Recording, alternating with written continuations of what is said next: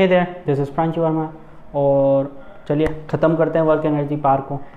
This will be 11th lecture on work energy power, और this lecture will dedicate to the competitive examination question. तो हमारे इस segment में obvious सी बात है कि 3 क्वेश्चन नीट से, जैसा कि हमने पिछले लेक्चर में भी किया था, पिछले चैप्टर में भी किया था। 2 क्वेश्चन जेई मेन से और 1 क्वेश्चन एडवांस से होगा, ठीक है। तो इस तरीके से हम इस लेक्चर में 6 क्वेश्चन कवर करेंगे, 6 question will be covered, okay. और पहला question as you can see this question is 2018 NEET examination, ठीक है, वहाँ पूछा गया हुआ है। तो इसमें क्वेश्चन को सॉल्व करने की प्रयास करते हैं, मतलब try to solve this question. तो पहले तो एक बार इसको पढ़ लो और ट्राई करो, पॉज मारो, ट्राई करो। होता है तो बहुत बढ़िया। क्वेश्चन क्या है कि एक मूविंग ब्लॉक है ऑफ मास m, ओके, और कोलाइड्स विद अनदर स्टेशनरी है दूसरा हमारा block, okay, of mass 4m है, मास है उसका 4m, ओके, इसका 4 टाइम है, ओके। और क्या होता है कि आफ्टर द जो कोलिजन है, जो लाइटर ब्लॉक है, ऑब्वियसली बात है फर्स्ट ब्लॉक मास m वाला इज अ लाइटर ब्लॉक, तो वो comes in rest after collision, okay. Lighter block comes in rest after the collision, okay, and the initial velocity of the block was v is the velocity of initial velocity of the block, okay। The question is then find the coefficient of restitution, e find कर। Question में कुछ है नहीं, बस याद रखनी है एक चीज, फॉर्मूला e का फॉर्मूला क्या था, velocity of separation to the velocity of approach, ठीक है, यही था। So look at here, you just have to calculate the velocity of separation, क्योंकि velocity of approach आपके पास है, it is given, okay, as v, क्योंकि initially stationary था second block, तो velocity of approach is only equal to v, okay। मैंने बताया था ना यार आपको, sorry, v2 minus v1 that is separation and u1 minus u2 that is approach. तो यहाँ पे u2 तो 0 है, तो u1 ही रह जाएगा। u1 की वैल्यू क्वेश्चन में गिवन है v, okay, that is come equal to 1/v। You have just have to find the value of v2 और v1, है ना। And here it is given that की लाइटर कम्स इनटू रेस्ट, मतलब you know the velocity of v1 that is equal to 0, so you just have to find the value of v2 की value find करनी है, just nothing to do, conservation of momentum लगा दो बस, और कुछ ना करो। m नहीं 4m, है ना। इसकी वेलोसिटी v, ये 0, ये 0, ये समथिंग v डैश या v1 जो भी मान लो, v2 मान लो, है ना। कई बच्चे बोल रहे होंगे सर वेलोसिटी चेंज हो जाएगी, नहीं ऐसा नहीं होगा। देखो जरा, इनिशियल मोमेंटम कितना है m into v, final momentum कितना है 4mv2। जी हाँ, इसका तो मोमेंटम 0 हो जाएगा ना, इसका भी 0 हो जाएगा। Initial equal to final, m से m गया, v2 की वैल्यू कितनी आ गई v/4, कितनी आई v/4। कितना आसान question, put the value here, v/4 upon v से v गया 1/4। What is 1/4? I think so 1 can be writed as 0.25, option number B. The question was too easy? Yes, it is. The question is too easy. मैं आपको बताऊं, NEET में physics के question का level ज़्यादा high नहीं होता। यदि आपने बेसिक भी पढ़ा हुआ है अच्छे से और आपका कमांड बहुत अच्छा है बेसिक पे, तो you can crack the NEET, ठीक है। नीट क्रैक किया जा सकता है और 45 के 45, 45 के 45 आउट ऑफ क्लियर कर सकते हो फिजिक्स में। तो देखो, मैं बायो की नहीं बोलता, मैं केमिस्ट्री की नहीं बोलता, क्योंकि केमिस्ट्री बहुत वेरिएबल है, ठीक है। वहाँ पे वो जो नीट में होती है वो बायो और केमिस्ट्री पे ही ज़्यादा फोकस दिया जाता है नीट में, ठीक है। बायो को टिपिकल बनाया जाता है, केम को भी टिपिकल बनाया जाता है, लेकिन फिजिक्स उतनी वो नहीं होती, वो मॉडरेट करती है, ठीक है। ईजी होती है फिजिक्स नीट के, क्योंकि एग्ज़ाम वालों को भी पता है कि भाई मैथमेटिक्स सबका ज़्यादा अच्छा नहीं होगा, तो आप भी फ़ायदा उठाओ इस चीज़ का, नोट डाउन करो। और हाँ मेरे हाथ में कड़ा है। Was the second question NEET 2017? Okay, the question says कि consider a raindrop of mass 1 gram. Okay, 1 ग्राम की कोई वाटर ड्रॉप है, रेन ड्रॉप है, okay, which is falling from a height of 1 kilometer. Okay, if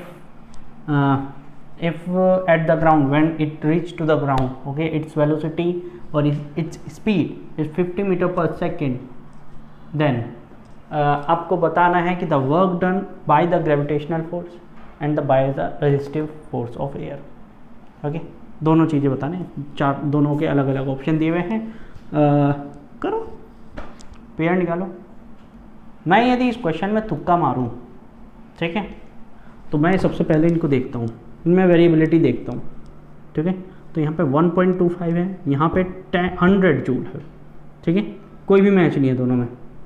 लेकिन यहाँ देखो, यहाँ देखो, यहाँ 10 जूल माइनस 10 जूल, मुझे लगता है कि इन दोनों में से एक आंसर होना चाहिए, ठीक है। तुक्का मारने का तरीका देख लो, ठीक है। फिर यहाँ पे देखो माइनस 8.25, 8.75, 8.75 और माइनस 8.25, माइनस है ये भी। यहाँ पे देखो 3 ऑप्शन माइनस के हैं, तो ऑब्वियसली बात है मुझे यहाँ पे पूरी की पूरी चांसेस है कि आंसर माइनस वाला ही होना चाहिए, ठीक है। और यहाँ पे दोनों में से दोनों ये ऑप्शन हो चुके हैं, ऊपर वाले कट चुके हैं, तो इनको तो छोड़ ही दो, केवल इनको देखो, इन दोनों को, ये दोनों पेयर में एक आंसर हो सकता है। देखो जरा, हम यहाँ पे थोड़े से परेशान हैं। क्यों हम थोड़े से परेशान हैं? क्योंकि 8.75 दो बार आ चुका है, यहाँ पे 2 बार आ चुका है, यहाँ पे और यहाँ पे, और 8.25 और 8.25 भी 2 बार आ चुका है। दोनों बार निगेटिव में आए, लेकिन विद डिफरेंट पेयर के साथ आया। ओके, तो अपन लोग सोचेंगे कि शायद ये और ये आंसर सही है, ये वाला डी ऑप्शन, ठीक है। लेकिन इसका आंसर गलत भी हो सकता है, ये भी हो सकता है, और मुझे पता है यही आंसर है। देखेंगे कैसे, ठीक है। करें, स्टार्ट करें क्वेश्चन। चलिए भाई, सोचो जरा, थिंक अबाउट इट कि यहाँ पे इस समय बॉल पड़ी है या रेन ड्रॉप है, कोई भी कुछ भी मान लो, 1 ग्राम की है, ओके, 1 किलोमीटर ऊपर हाइट पर है, 1 किलोमीटर हाइट पर है, ओके। तो इसमें कितनी पोटेंशियल एनर्जी स्टोर होगी इस समय? कितनी स्टोर होगी? mgh,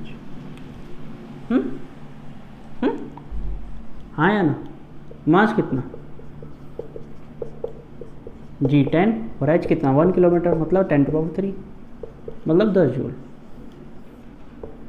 पोटेंशियल एनर्जी में चेंज आ गया, ओके। पोटेंशियल एनर्जी में कितना चेंज आ गया? 10 जूल। क्लियर? अब देखो, क्या यही वर्क डन होगा? नहीं, ये तो potential energy at initial state है, ये समझ लो। This is the potential energy at initial. Potential energy at final कितनी होगी? 0। जब वे यहाँ पे पहुँच जाएगी, तो यहाँ पे तो हाइट 0 है, तो हियर पोटेंशियल एनर्जी 0। तो चेंज कितना है? How much the change? Work done is equal to minus of change in potential energy. यही तो होता है ना, डिफरेंस नहीं है यहाँ पे, चेंज है, change in potential energy, okay. तो चेंज कितना होता है? देखो 2 वर्ड में याद रखो, एक चीज याद रखो, चेंज का मतलब है ऑलवेज फाइनल माइनस इनिशियल, ठीक है। और डिफरेंस का मतलब है बड़े में से माइनस छोटा, ओके। बड़े में से छोटा घटाना डिफरेंस है। चेंज का मतलब है फाइनल माइनस इनिशियल, ओके। तो सीधी सी बात है, minus of P final minus P initial, ठीक है। वैसे तो यू से रिप्रेजेंट करते हैं पोटेंशियल एनर्जी को, तो कैसे रिप्रेजेंटेशन यहाँ पर माइंड नहीं रखनी आपकी। पी फाइनल कितनी है? 0, माइनस पी इनिशियल कितनी है? 10 जूल, ठीक है। Minus minus plus, work done is 10 joule plus का। ऑप्शन नंबर सी आंसर हो गया। लेकिन अभी ये निकालना है, अभी हमें आंसर इसी से पता चल गया, 10 जूल प्लस का, केवल इसी से पता चल गया कि आंसर ये है, और हमारी जो एनर्जी आएगी वो -8.75 आएगी, ठीक है। लेकिन फिर भी we have to calculate it, so look at here.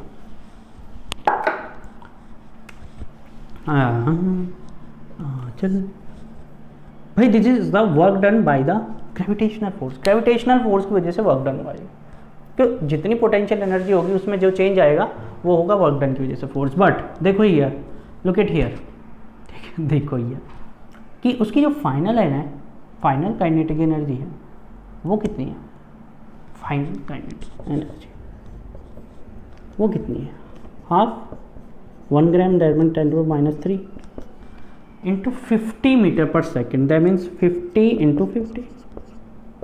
Try to calculate it.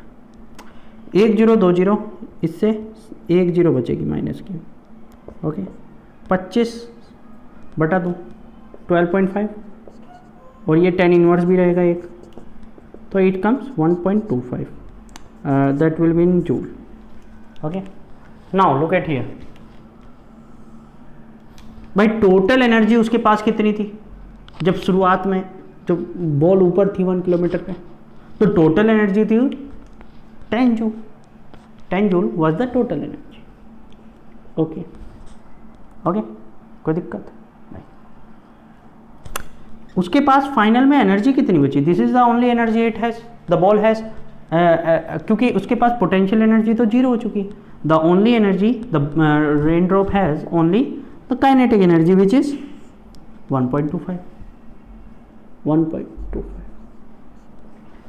ठीक है। उसके अलावा और सारी एनर्जी कहाँ गई, इसके अलावा ये तो पूरी टोटल है, this is the total work done, ये टोटल एनर्जी जो उसके पास थी, ये टोटल बची जब वो पहुंचने वाली थी, बॉल जस्ट पहुंचने वाली थी हाइट से, तो उसकी kinetic energy is the total energy, you know, है ना, कि जब बॉल हाइटेस्ट पॉइंट पर होती है, अपने सबसे हाइट वाले पॉइंट पर होती है, at that point the total energy is equal to potential energy, and जब द लोअर मोस्ट पॉइंट पर होती है तो the total energy of the ball is, या जो भी है, is equal to the kinetic energy. Kinetic energy is that, okay.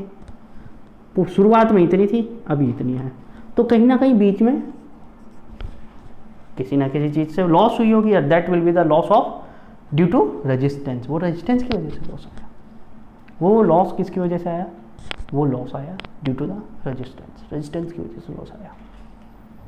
किसका रेजिस्टेंस, एयर का, ऑब्वियसली बात है ना, air has molecules, air has molecules. अब जब आप इस तरीके से जाते हो तो एयर के मॉलिक्यूल्स आपको हिट करते हैं। आपने जब आप साइकिल, बाइक, गाड़ी नहीं, साइकिल बाइक चलाते हो, गाड़ी चलानी है तो खिड़की खोल के, विंडो ओपन करके, ठीक है। जब चलते हो तो आपको हवा लगती है, what is the hell is this हवा, the molecule of the air आपको हिट करते हैं, आपको हवा नहीं लगती, ठीक है, आपको एयर के मॉलिक्यूल्स हिट करते हैं, और दैट इज द रेजिस्टेंस, वो रेजिस्टेंस होता है। इसीलिए जो कार्स होती हैं उनका मॉडल आगे से इस तरीके से बनाया जाता है कि वो एयर का रेजिस्टेंस कम से कम हो वहाँ पे, ओके। नहीं तो कुछ भी बना सकते थे, बट जो खिड़की होती है वो थोड़ी सी इंक्लाइंड बनाते हैं हमेशा, ताकि थोड़ा सा रन करके जाए। वर्टिकल बनाते हैं सीधी तो क्या होगा, ठुक ठा ऐसे जाएगी, तो एयर रेजिस्टेंस उस पर ज़्यादा लगेगा। बहुत सारे कंसेप्ट है भाई, बहुत सारे कंसेप्ट है, समझे, बहुत सारे कंसेप्ट है, किसी दिन बैठ के बात करेंगे। तो एयर रेजिस्टेंस, यहाँ से एयर रेजिस्टेंस समझ में आ रहा है कितना हो जाएगा, 10 - 1.25 कितना आ जाएगा, 8.75। देखो अब मेरा आंसर आ रहा है पॉजिटिव में, क्यों आ रहा है पॉजिटिव में, सोचोगे ज़रा क्यों आ रहा है। मैंने इस तरीके से लिया है कि वो पॉजिटिव में आना चाहिए निगेटिव में, क्योंकि दिस इज़ द वर्क जो कि जो मेरी एयर ड्रॉप है उसको लूज करना पड़ा है, उसको करना पड़ा है एयर के मॉलिक्यूल्स के साथ। तो if I trying to do this equation, write this equation like this, कि उसकी जो टोटल एनर्जी थी उस समय, हालांकि आंसर सही है, आंसर सही है, ठीक है, बस मैं टैली करवाना चाह रहा हूँ, क्यों कॉन्सेप्ट जो है उस पर बताना चाह रहा हूँ। देखो फाइनल एनर्जी क्या है, इनिशियल एनर्जी के इक्वल रहनी चाहिए, आपको पता है। Total energy initial should be equal to total energy final. ठीक है। जो एयर रेजिस्टेंस का वर्क था वो मैं इधर इसलिए ले रहा था क्योंकि मैं दूसरे कंसेप्ट से सोच रहा था, ठीक है। यहाँ पे जो क्वेश्चन में पूछा हुआ है, क्वेश्चन में पूछा है रेजिस्टिव फोर्स ऑफ एयर की वजह से वर्क कितना होगा। मैं निकाल रहा था कि एयर वाटर ड्रॉप ने कितना वर्क किया। ओके, तो देखो टोटल एनर्जी कितनी होगी, 10 जूल तो ही है, 10 जूल तो है ही, लेकिन एक एनर्जी और है जो रेजिस्टेंस, जिस एयर रेजिस्टेंस जो वर्क देगा उसको, ठीक है, जो वर्क देगा वो बात अलग है, वो निगेटिव आएगी। This is the work done by the resistive force of air, this is the work done. मतलब हम ये मान के चल रहे हैं, व्हाट वी आर थिंकिंग, कि जब बॉल नीचे गिरी या वाटर ड्रॉप नीचे गिरी तो रेजिस्टेंस जो एयर ने वर्क किया उस पर कि और नीचे जा, ये मान के चल रहे हैं, ठीक है। देखो दोनों परसेप्शन अलग अलग हैं। एक्चुअल में क्या हुआ है, air drop lose its energy due to the air, तो उसने एयर पे वर्क किया, my water drop works on air. But हमारे से पूछा गया है कि एयर ने कितना वर्क किया वाटर ड्रॉप पे, तो that is why the negative sign is here. Try to understand. मैं बोलूं कि प्रांशु वर्मा ने 5 क्वेश्चन सॉल्व करे, ठीक है, लेकिन आप में से बोलने लग जाओ कि नहीं सर हमने देखा तो हमने सॉल्व किए 5 या 6 क्वेश्चन, तो ये सही है क्या? नहीं ना, ये ऐसा ही है। तो आपने निगेटिवली वर्क किया, मैं पॉजिटिवली कर रहा हूँ। अरे सर मतलब फाइनल एनर्जी कितनी है उसकी? 1.25। तो देखो इस तरीके से आंसर मैच कर सकते हो, और उस तरीके से यदि कंसेप्ट पता है तो ला सकते हो। देखो बस आपको कंसेप्ट में बताना चाहता हूँ, हमेशा जितने से जितने ज़्यादा आपकी थ्योरी क्लियर होगी, ठीक है, थ्योरी क्लियर होगी, उतने से उतनी ज़्यादा आपको हेल्प होगी कंसेप्ट क्लियर करने में। जाके पहले पढ़ो, ठीक है। क्वेश्चन आसान था, कुछ नहीं था। कंसेप्ट में कोई प्रॉब्लम, परसेप्शन का खेल है, वर्क डन हमेशा याद रखना। नेगेटिव और positive sign is the perception thinking. अभी मैं इसका आपका परसेप्शन क्लियर करूँगा। 2014 का एडवांस का क्वेश्चन लाया हूँ मैं आपके लिए, अच्छा क्वेश्चन है। देखो एडवांस का हर क्वेश्चन मैं करा नहीं सकता हूँ आप लोगों को, प्रॉब्लम है मेरे लिए प्रॉब्लम है, सही में बता रहा हूँ, ठीक है। मेरे हाथ अभी बंधे हुए हैं क्योंकि आपको कई सारे कंसेप्ट अभी आगे बिल्डअप करने हैं। जैसे जैसे फिजिक्स आगे बढ़ती रहेगी, जैसे जैसे आपके नंबर्स ऑफ क्वेश्चंस बिल्डअप होते रहेंगे, कंसेप्ट्स बिल्डअप होते रहेंगे, तो तब हम खुल के क्वेश्चन कर पाएंगे, ठीक है। अभी नहीं कर सकते, अभी समस्याएं हैं, बहुत सारी समस्या। उतारो कुछ। तो look at the third question, ठीक है। This is 2016 NEET question, okay. The question says that कि there is a particle which is moving from this point to this point, okay, 2i cap plus 5j cap to, वो भी minus का 2i cap plus 5j cap to 4j cap plus 3k cap, okay. और due to है force की value भी दी हुई है हमें। The force is given as 4i cap plus 3j cap, 4i cap plus 3j cap। Negative sign मेरे से गलत लगा हुआ था, ओके। तो the question is the find the work done, okay. Question में वैसे है कुछ नहीं, मैं केवल इसलिए लिया है क्योंकि आपको बेसिक कंसेप्ट भी आना चाहिए। पता चला आप इन चीज़ों को याद ही नहीं रखते, मैं आगे बढ़ रहा हूँ, मैं हाई लेवल का क्वेश्चन कर रहा हूँ, पता चला कि यही नहीं पता क्या है, इसलिए मैं लिया है। देखो वर्क डन का फॉर्मूला क्या था, dot product of force and displacement, okay. Here you can C that the force is given directly 4i cap plus 3j cap, but you don't have the value of s vector, that is displacement. But displacement vector you can find with this formula, position vector final minus position vector initial, ये formula है आपका displacement final find करने का। तो position vector final क्या है, 4j cap plus 5k cap minus of initial position vector, that is 2i cap minus का और 5j cap, okay 3k cap है, sorry, minus 2i cap plus 5j cap, okay. Now 4j cap plus 3k cap, this minus minus will get positive and this will become minus. कोई दिक्कत? Clear? Okay. Now the vector is coming 2i cap 4j cap minus 5j cap, that will come minus j cap and that will 3k cap. This is the displacement vector 2i cap minus j cap plus 3k cap. Now you can easily find the value of work done. 4i cap plus 3k cap नहीं j cap, sorry. Dot product 2i cap minus j cap plus 3k cap. Now you know the formula कि dot product कैसे निकालते हैं. याद होगा कि यदि दो वेक्टर इस टाइप से हैं,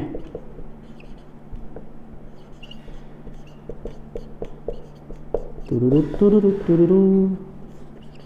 अरे नहीं, अरे ये तो होता ही रहता है, यही चाहत है दीवाने, क्या तुझको नहीं पता. x1 x2 plus y1 y2 plus z1 z2. Okay, clear है? ऐसे ही करते हैं भाई. गुड. ना खड़ा हो भाई मेरा मार कर. तो भाई आई के साथ मल्टीप्लाई, आई को गायब कर दो, x1 x2. आई के साथ ये 4i 2i कितना आ जाएगा? 8i 4 दूनी 8 प्लस फिर y1 y2 कितना है? y के साथ यहाँ पे 3 है, यहाँ पे -1 है, तो 3 इंटू -1. यहाँ पे k कैप कितना है? 0. यहाँ पे z1 की वैल्यू 0, यहाँ पे 3 है, वो तो 0 हो जाएगा. ओके, तो ये आ रहा है 8 minus 3. This will become -3. So how you calculate the values?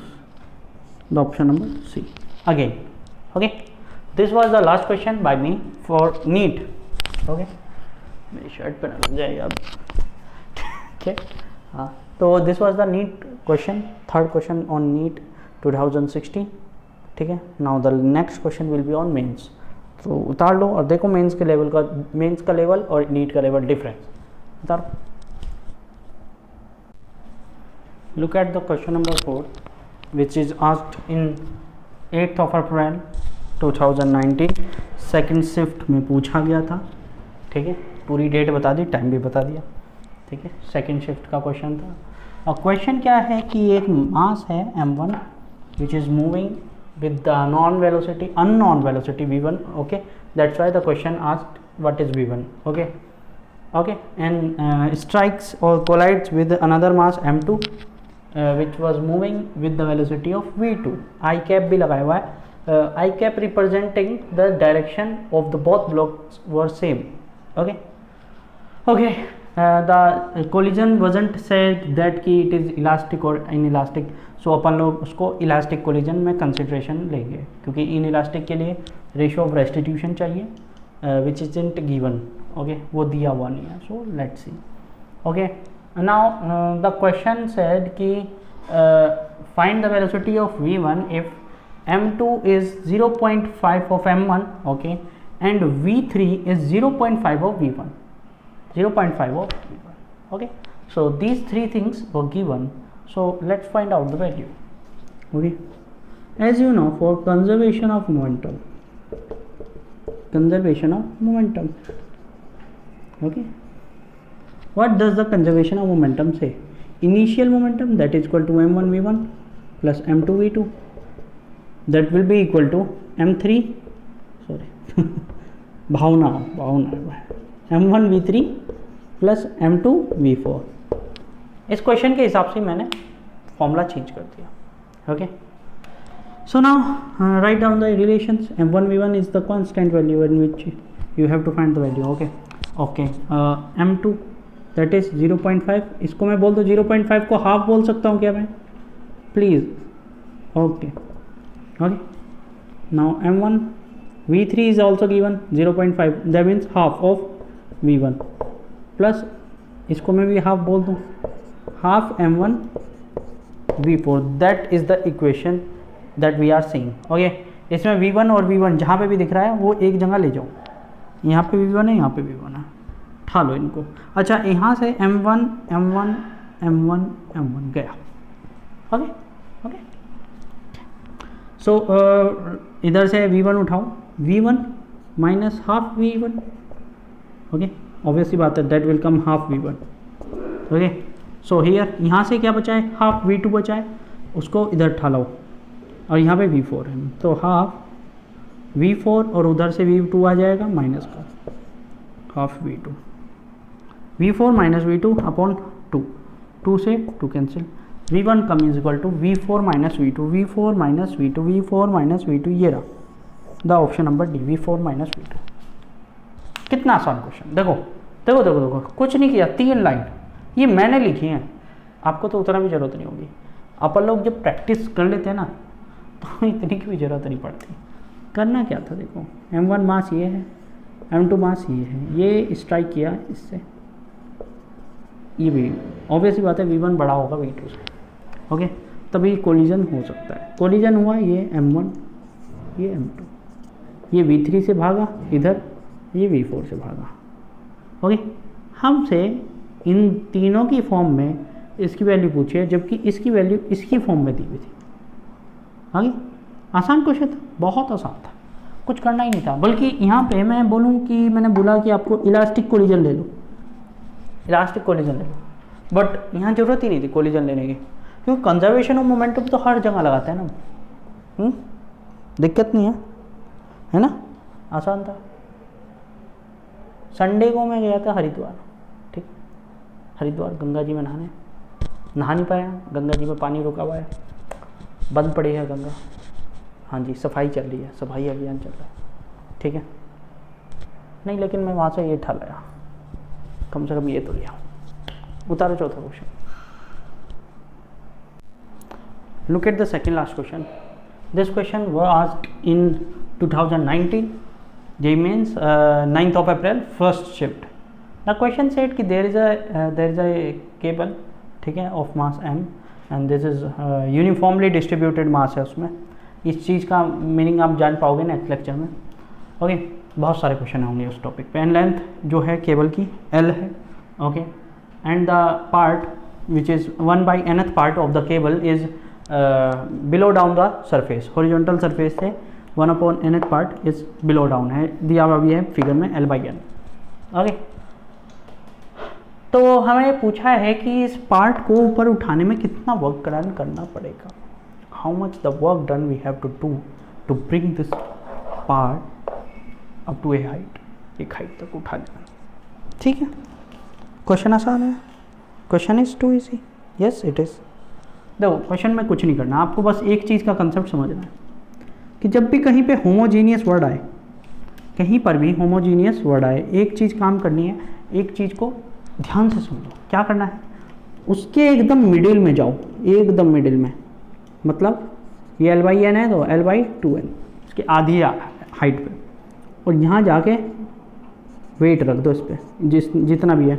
Obviously बात है, टोटल का m है, 1/nth है तो 1/nth पार्ट होगा यहाँ पे, तो m/n हो जाएगा उसका मास। तो यहाँ पे इसके हाफ पे उसका वेट रख दो, ओके। और यहाँ से मानो कि यहाँ पे है सब कुछ, ये तो नीचे का मिथ्या है, फालतू की चीज़ है, यहाँ पे है सब कुछ, ठीक है, यहाँ पे है, बस ये रट लो इसको। इसका दूसरा भी तरीका होता है, वो मैं आपको समझाऊंगा सिस्टम ऑफ पार्टिकल के बाद, उसमें कई क्वेश्चन होंगे इस टाइप के, तो हम वहाँ पे सीखेंगे उस चीज़ को, ओके। अभी इस कॉन्सेप्ट को समझो। वर्क कितना होगा भाई, उठाने में कितना वर्क होगा, जितना चेंज इन एनर्जी, जितना चेंज इन एनर्जी। और ऐसे टाइम में हम उठाने के लिए फोर्स करते हैं, बस उतना धीरे धीरे उठाएंगे कि there will be no kinetic energy, negligible मान लेते हैं उसको, ठीक है, ओके। और यदि होगी भी तो हमें कोई उससे वो नहीं है। यहाँ पे कितनी पोटेंशियल एनर्जी है, यहाँ से यहाँ पर कितनी पोटेंशियल एनर्जी में डिफरेंस है, वो निकाल ले तो अच्छा है। इसको मैं यदि ग्राउंड मान लूँ h=0, तो कितनी हाइट पे जाना है, L/n × 2, हाइट कितनी है L/2n, g कितना है, मास कितना है भाई, इतनी तो हाइट पे जाना था, इस वेट को उठा के बस काम कर। तीसरी लाइन आंसर। इस टाइप के क्वेश्चन होते हैं जेईई मेंस के क्वेश्चन, ट्रिकी। आपको मतलब क्वेश्चन टिपिकल नहीं है, बहुत फेमस क्वेश्चन है, ये टाइप के क्वेश्चन बहुत फेमस है। ओके, पुराने भी हैं, एससी वर्मा में बहुत है, लेकिन क्या है मतलब लॉजिकल क्वेश्चन है ये क्वेश्चन, आपको दिमाग को ताकत देते हैं ऐसे क्वेश्चन। उतारो उसको, लास्ट क्वेश्चन नहीं है ये, सेकेंड लास्ट क्वेश्चन है, इससे अगला लास्ट है एडवांस का। 2014 जेई एडवांस, पहला एडवांस का क्वेश्चन है शायद मैं जो करा रहा हूँ आपको, पिछले चैप्टर में तो नहीं कराया था। क्वेश्चन सेज की एक वायर है जो क्वार्टर सर्किल की फॉर्म में है। ओके, ठीक है, और उसमें एक बेड मूव कर रहा है फ्रिक्शनलेसली, मतलब फ्रिक्शन नहीं लग रहा उस पर। ओके, तो question asked the force applied by this bead on the wire. ठीक है, ये पूछा है। ओके, क्वेश्चन सेड कि the force applied by the bead on the wire, मतलब फोर्स नहीं पूछा, उसकी डायरेक्शन पूछी है कि always be inward, always be outward, always be inward, first inward, first outward then inward, और first inward then outward, direction पूछिए। ये होते हैं एडवांस के क्वेश्चन, ये होते हैं, समझे, वो नहीं होता मजाक। 2 + 2 = कितना, 4। ठीक है, हो गया, ऐसे होता है। ठीक है, अब इस क्वेश्चन को कैसे करें, देखो ध्यान से। पहली बात तो यहाँ पे कंसेप्ट आएगा किसका, सेंट्रीपिटल फोर्स का। किसका कंसेप्ट आएगा, सेंट्रीपिटल का। हम मान लेते हैं कि ये थीटा एंगल है, ठीक है, at some point bead was here at angle theta degree, bead was here, so bead का वेट नीचे की तरफ काम कर रहा होगा, mg। ओके, तो ये लाइन पे मैं भेज देता हूँ, मेरे ख्याल से mg cos थीटा चला जाएगा इधर, why, this will be theta angle, and the normal reaction applied by the wire will be N, which will be vertically. तो टेंजेंट ड्रॉ करो किसी भी सरफेस पे, आपको नॉर्मल रिएक्शन बतानी है तो उस पर टेंजेंट ड्रॉ कर दो उसके perpendicular. Okay, now if bead इस मोशन में है तो there will be a centripetal force mv²/r। हम मान लेते हैं r रेडियस है, m मास है, v इज द वेलोसिटी, क्योंकि हमें कुछ नहीं दिया हुआ। Centripetal force is the net force, centripetal force is the net force and it is moving in downward, so this force should be greater, so mg cos theta minus n। यहाँ से n की value find करो, n will be equal to mg cos theta minus mv²/r, mg cos theta minus mv²/r। क्या करें, we need this value mv²/r। Okay, क्योंकि हमें सारा function theta में लाना है, हमें देखना है कि पहले किस में था, पहले कैसे है, देखो जरा, क्योंकि थीटा ही बता सकता है इनिशियली कौन है और आउट फाइनली क्या है। ओके, ठीक है, हाँ, तो देखो जरा क्या कर सकते हैं। ओके, एक काम करते हैं, यहाँ पे कंसेप्ट वर्क एनर्जी पावर का चैप्टर है, जरा ये पोटेंशियल एनर्जी में चेंज निकालते हैं, यहाँ से यहाँ कितनी पोटेंशियल एनर्जी में चेंज। ऑब्वियसली बात है, जितना चेंज आया होगा पोटेंशियल एनर्जी में, the change in potential energy will be equal to the kinetic energy at that point, half mv² के पोटेंशियल एनर्जी में चेंज किया। दिस इज हाइट r है ना, तो यहाँ पे कितनी एनर्जी होगी उसके पास, mg r, mg r, ये चेंज होगी, ये एनर्जी होगी। यहाँ पे कितनी होगी हाइट, देखो जरा, this is r, sorry this is total r, this is theta, so ये कितनी होगी, cos थीटा लगाओ, cos थीटा ये कितनी होगी, ये कुछ भी मान लो upon capital r cos theta आ जाएगी, this will be r cos theta minus mg r cos theta. Okay, this will be the difference in kinetic energy और चेंज इन काइनेटिक एनर्जी, और सॉरी पोटेंशियल ये होगा potential में change, sorry potential energy में change होगा। Okay, और इसको हम किसके इक्वल रख सकते हैं, हाफ mv² के, क्योंकि ये किसके इक्वल होगा, काइनेटिक एनर्जी के। ओके, इसीलिए इसको हमने चेंज निकाला है, इसको डिफरेंस निकाला है। अब देखो, मुझे वैल्यू निकालनी है mv²/r की, यहाँ से जरा कॉमन ले सकते हैं, mgr कॉमन ले सकते हैं, what will come 1 minus cos theta. Okay, what will become 1 minus cos theta. r को नीचे ले जाओ और यहाँ पे हाफ था, हाफ को ऊपर ले जाओ, तो we have the value of centripetal force that will be equal to 2mg 1 minus cos theta, 2mg 1 minus cos theta. Put the value there, यहाँ पे पुट कर दो n की जगह, M V square upon R की जगह M V cos theta, ठीक,